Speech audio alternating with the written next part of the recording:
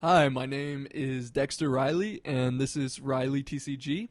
We haven't posted a video in about 2 months because we were preparing for nationals. I'll probably make a later video on how that went.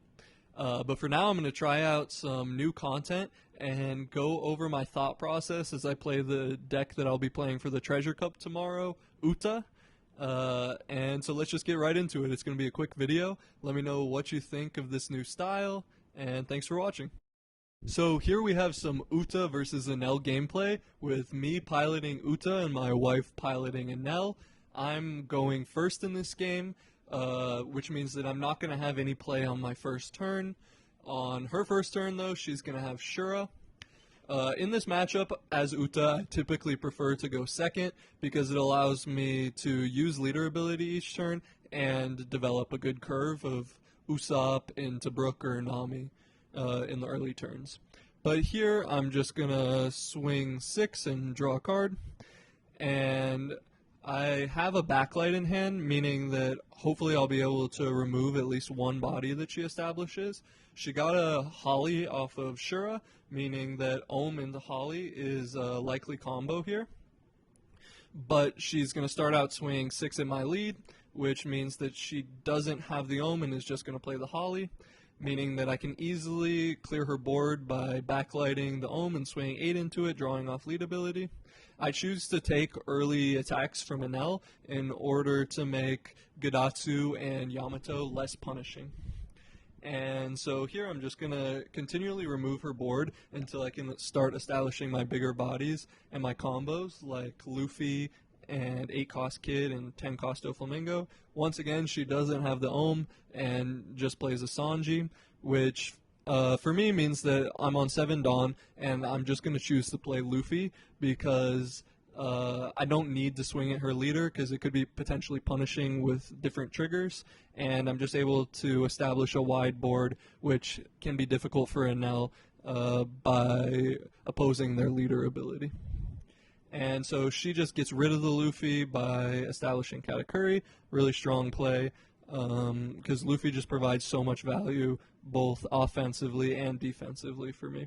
And here I'm using my 1 cost events to try and find myself another 7 cost Luffy. I tend to hold the 1 cost events because that means that in the future I can dig for cards that I'm going to need because I might not know what I need on turn 5 on turn 1. And it allows me to go through more cards before I use it. It also means that off of 3 cost Uta I can potentially discard it if necessary. And so I get the Luffy, and I play the Luffy into Brook into Nami combo. And she starts her turn. I try not to swing with any of my characters because they could potentially result in triggers, and then it just gives her easy targets to swing into. And it also allows so that if she swings with her characters in the future, I'm going to be able to swing back at them. And here she establishes the Omen to Holly finally, and just gets rid of the 2 Shuras because they weren't going to do much. And here I'm on 10 Dawn, and I'm just going to try and clear her board a little bit and get cards out of her hand. I've luckily drawn quite a few backlights in this game. I start off with a 5 swing because I know I want to swing 6 with leader, so I'm going to then rest a 6k body off of my second backlight to be able to swing into that. If she chose not to let it die, then I could have punished that by just swinging with more Brooks. And here I just established Zoro as a solid body, and I have that Usopp turn sideways, which is kind of a bait. Just because I don't really care about that on my board. I would replace it anyways with a Luffy or a Kid or a Doflamingo on the next turn. And here she's going to swing 7, so I'm going to choose to block with Luffy plus a 1k, meaning that she has to attach Dawn to Katakuri if she wants to take more cards out of my hand other than just a 2k, or she can just give me that Luffy. And she does choose to swing into Luffy. I counter out, and she plays the Shirahoshi looking for some Yamatos. And here I'm just going to try and easily clear at least one body, because that means that I can keep 3 rested off of Doflamingo, but she lets both characters go.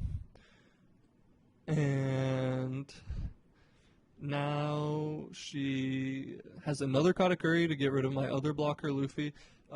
Blocker Luffy in life is not going to give me any counter value to stop her potential lethal, and it means that I no longer have that blocker on the board, so potentially in the next few turns, if she establishes a few more big bodies, she'll be able to push for the win. And here I'm just doing some small pokes with my characters. Brooke is going to force cards out of her hand because I have that 10 cost Doflamingo and the potential to restand my leader with the 3 cost event. So that means that she's going to have to counter out of those easy swings because she could be punished otherwise if she chose to take those lives. And here I have another 1 cost event. I'm just searching for more counter. My hand is pretty counter dry. So at some points, if she swung the right numbers and established Enel, she could potentially take the game. But here I have a 3rd Luffy, which is a really solid play, and especially because it plays an Nanami to get me another restand event. I accidentally just discarded it there, but I figured out later, put it back into my hand.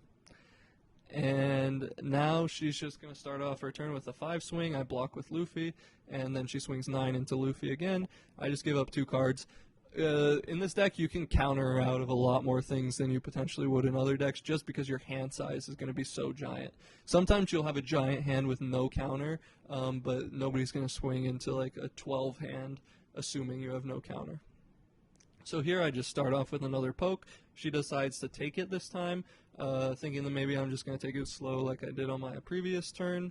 But after she takes that, I feel that I'm in a solid position to push for the game. I start off with a leader ability in order to play around Bej. I want to get those off as soon as possible because 1 Bej could potentially stop 3 attacks here. So she counters that second one. And then I'm just going to try and figure out what's in her hand and hopefully play around any triggers. She takes that one. It's a Bej stopping Doflamingo. She has 3 cards in hand. I don't have a better option than to just swing with lead for a 3rd time. And it works, and Uta wins.